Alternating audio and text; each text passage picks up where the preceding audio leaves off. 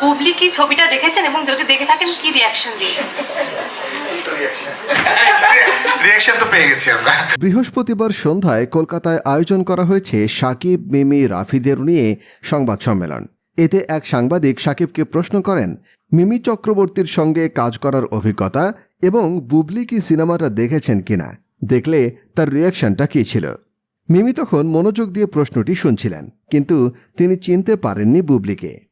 এরপর পাশে বসা রাফিকে ওপার বাংলার এই নায়িকা জিজ্ঞাসা করেন বুবলিকে মিমি বুবলি কি ছবিটা দেখেছেন এবং যদি দেখে থাকেন কি রিয়াকশন দিয়েছেন?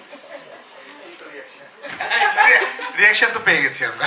এমন কথার পর বিষয়টি নিয়ে সামাজিক যোগাযোগ মাধ্যমে আলোচনা সমালোচনার ঝড় বইছে। অন্যদিকে প্রশ্ন শুনে শাকিব খান কিছুটা চুপ থেকে বুবলির বিষয়টি এড়িয়ে গিয়ে বলেন প্রাসঙ্গিক প্রশ্ন করেন। আর এই যে পাশাপাশি বসে কথা বলছি, এতক্ষণেও বোঝা যায়নি মিমি চক্রবর্তীর সঙ্গে কাজ করার অভিজ্ঞতা। আসলে ব্যাপারটা উড়াধুরাই ছিল। প্রাসঙ্গিক প্রশ্নটার মিমির সাথে কেমন ছিল?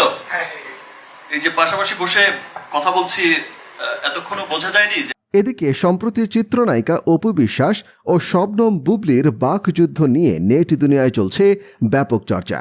ফলে স্বাভাবিকভাবেই কলকাতার ওই সংবাদ সম্মেলনেও উঠে আসে বিষয়টি। প্রশ্ন রাখা হয়, আপনাকে ঘিরে অপু বুবলির মধ্যে যে বিতর্ক চলছে এ ব্যাপারে কি বলবেন? অপু বিশ্বাস এবং বুবলির মধ্যে আপনাকে টেনে যেই কন্ট্রোভার্সি চলছে তা নিয়ে কি বলবেন?